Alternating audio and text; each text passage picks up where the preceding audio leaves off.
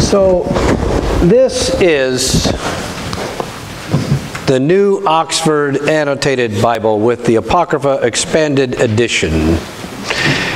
It is the Holy Bible. Do you believe it? Do you believe in it?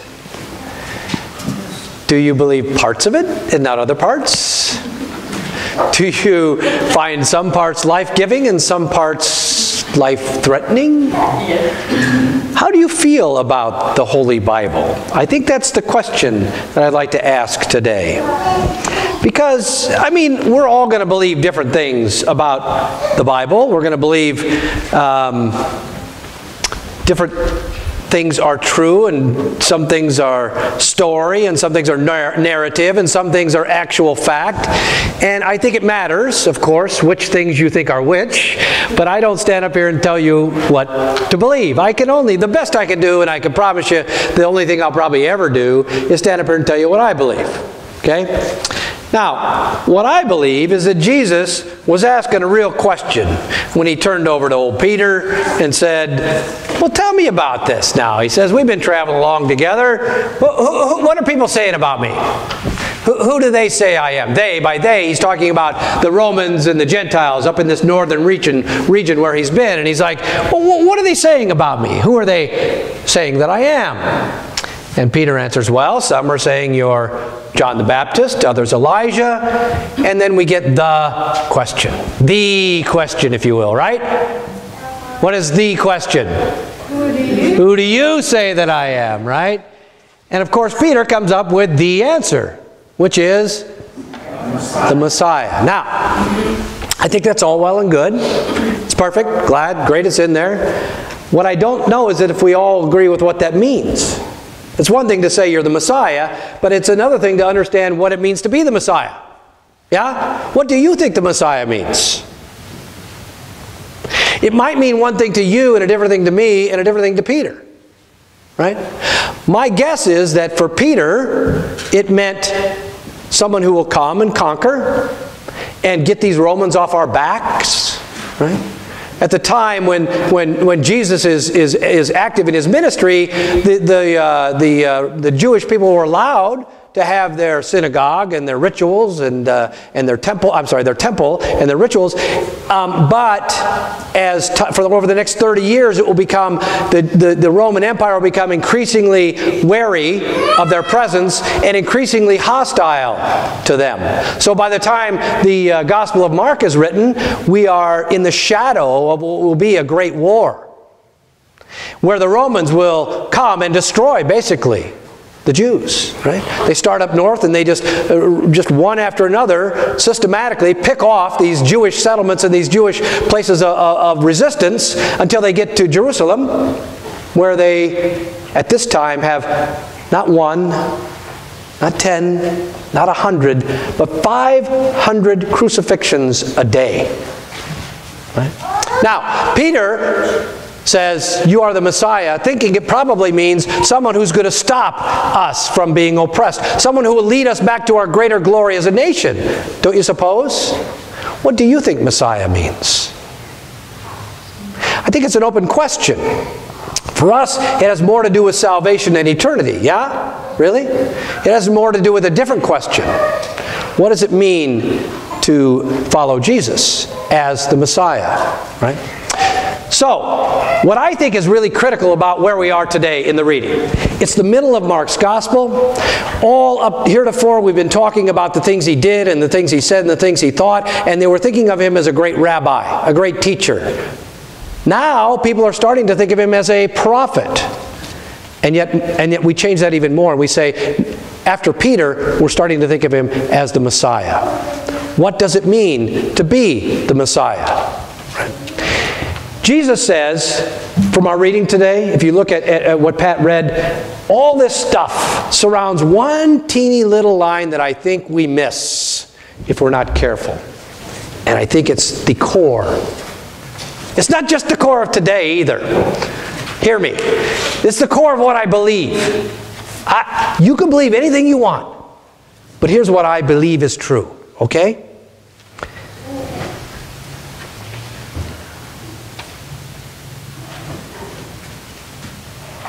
I have to find it.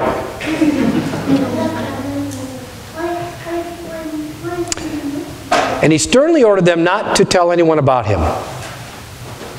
Then he began to teach them that the Son of Man must undergo great suffering and be rejected by the elders, the chief priests, and the scribes, and be killed. Okay, don't miss it. And after 3 days, rise again. Today we hear for the first of 3 times in Mark this foreshadowing of Jesus' death, which you could predict. Honestly, 500 Jews a day are getting killed. I mean, it's no surprise that Jesus got killed. The surprise is that when they went to get the body on Easter morning, what happened? Was the tomb empty, right? He predicts it. On the 3rd day, I will rise again. Don't miss it.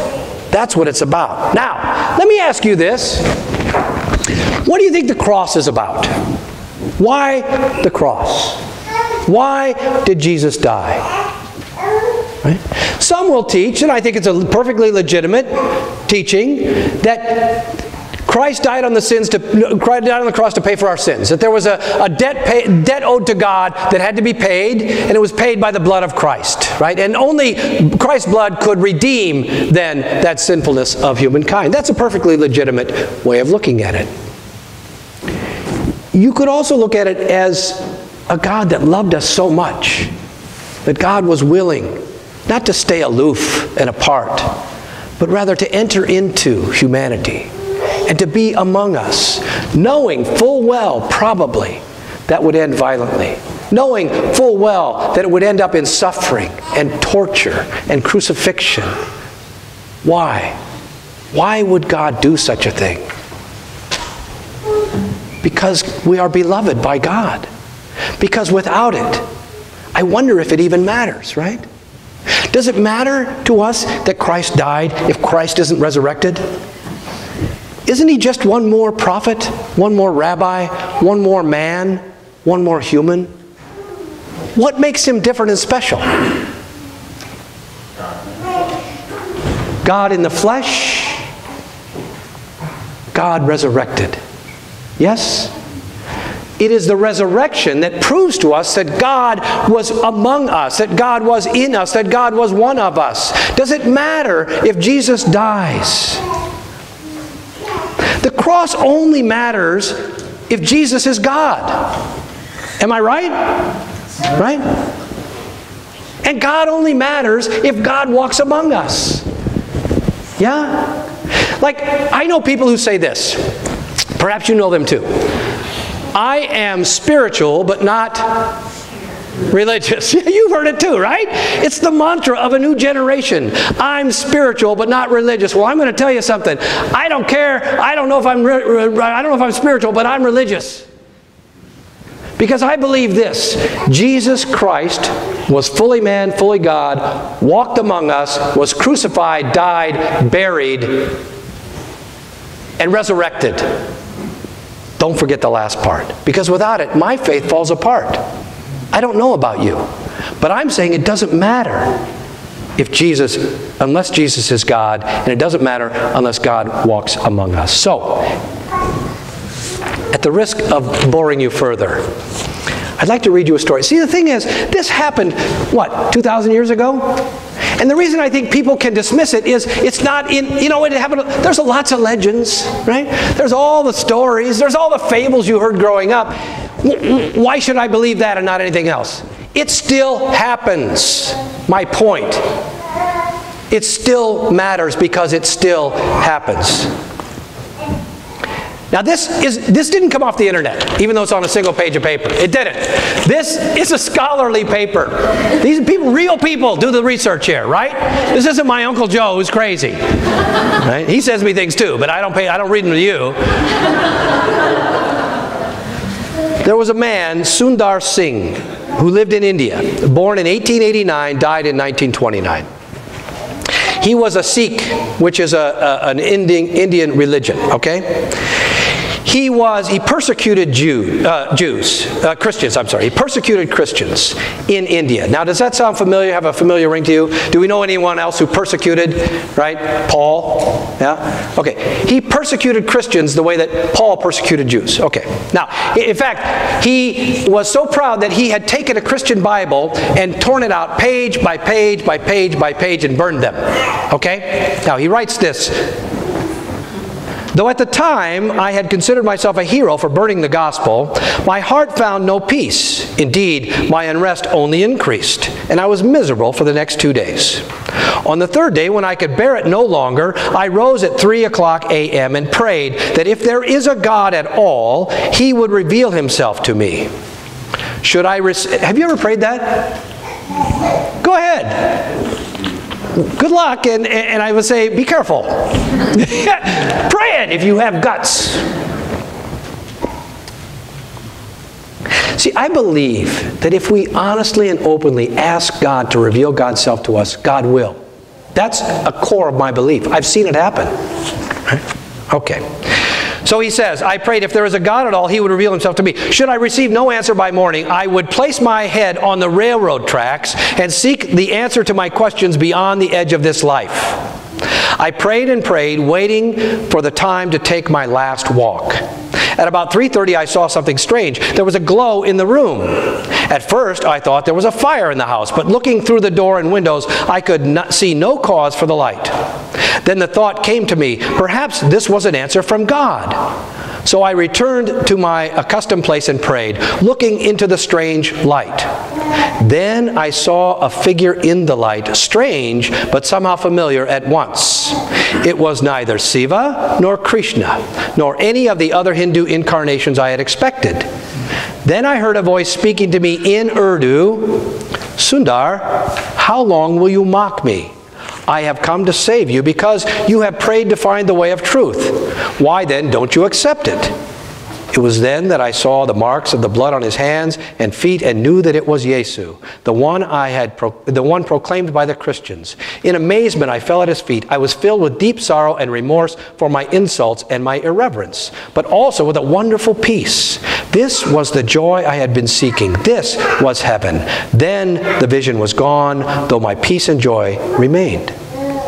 When I arose, I immediately went to wake my father and tell him what I had experienced, to tell him that I was now a follower of Yesu. He told me to go back to bed. Why? Only the day before yesterday you were burning the Christians' holy book. Now you say you are one of them? After he told his father his decision to become a Christian, he had to leave his home. And his life goes on, and he is an itinerant, basically preacher for the rest of his life and missionary. And he has given up everything. I was talking to someone this week who told me of an experience that they had in a church where they prayed. A real person that I know personally, right? Real person who said, I went to a church and I prayed, and there I powerfully felt the experience of God.